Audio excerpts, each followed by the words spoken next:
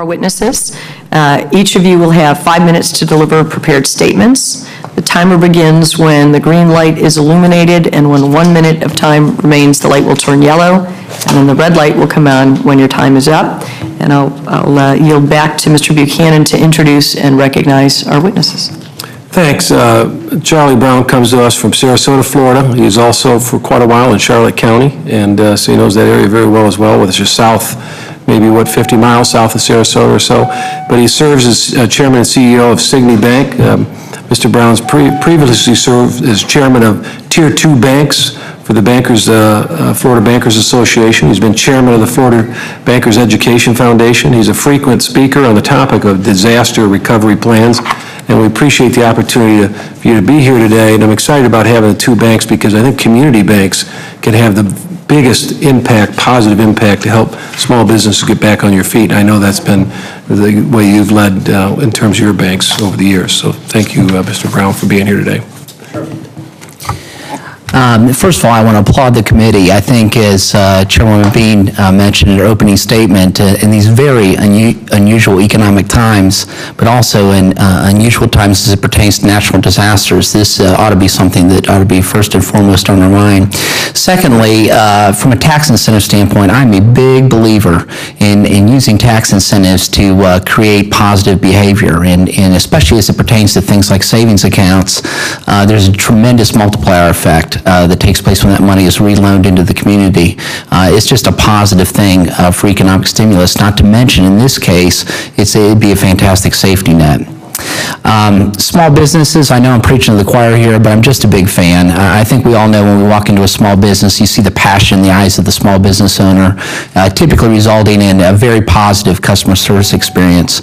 And when I ask, I have a habit as a banker asking the other customers in that room, what do you think about this business? Why do you come here?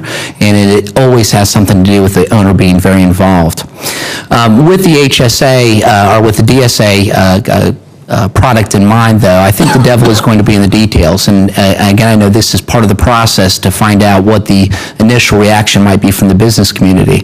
I still believe as a banker, our number one challenge with small businesses is funding. You can call it capital, depending on what form it takes, or debt. We all know a lot of businesses use home equity loans to the extent they were still available on credit cards. But one of the things that I've experienced in the past has been profitability models that will, I guess, entice lenders, whether they be banks or private lenders, to lend to small businesses and to assist them in situations like this. So, as an aside, I just encourage the committee to consider things like tax incentives for lenders to small businesses. We were a large SBA lender, one of the largest in the state back in the early 90s. And back then, and we were discussing this today, the funding just flowed very freely using the SBA program, but there was a tax of sorts that was put in place to share in some of that revenue, and sure enough, we closed up all of our loan production offices and pulled out of the program. In fact, Mrs. Mize, who is testifying today, was my successor in that program, did a great job of running it. So as with anything, I'd encourage you to look at what the profitability would be to that small business, but also to those that might be providing the service. With something like a DSA, anything that we put in place is going to have to be regulated and monitored. We know that. That is a fact of life. The one issue in the package that I received from the committee that did a wonderful job, by the way, of outlining what you had in mind here, that concerned me was the reference to HSA, health savings accounts. I would implore the committee not to follow the structure of HSAs. If you dig into HSAs a little bit further, you're going to find that the regulatory burden that had been placed on the banks, and I realize there was also a statement in the package that said it would not be on the banking industry, but rather the small business owner. But the HSA regulatory burden has literally shut down many community banks from even getting into the programs. And I think if you were to go do some research on that area, you'd find that across the board. And it has, again, it's back to that profit motive. When they looked at what the penetration rate of that product might be versus the regulatory I guess burden that comes with it, it just didn't make sense anymore. One other aspect I'll mention, and I would encourage you to get a banking regulatory official in here, because if you will, especially in these times right now, imagine an account that has been earmarked for a disaster.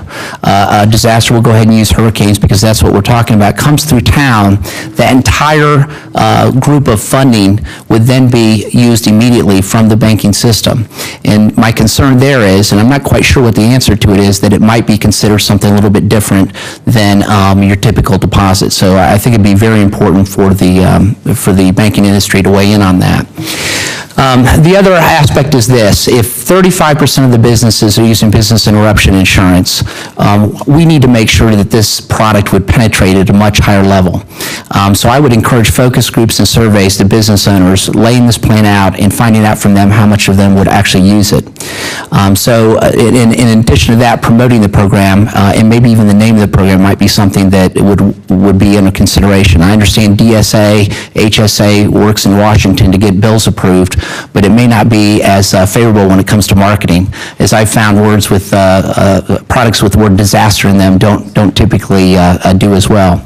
So what do I think the solution is? These are some of the challenges. I believe one of the solutions is the bridge loan program that I saw work exceptionally well in Florida immediately after the hurricane.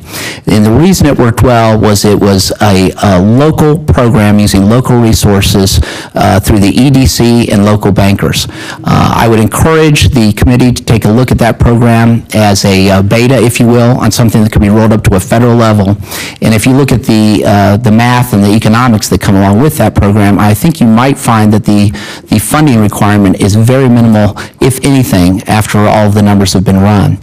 So I know I've taken my time, but I'd be more than happy to help with this process in the future. As a small bank with less than 40 employees, I have great passion for my business, for small business, and most importantly for our country. So thank you very much.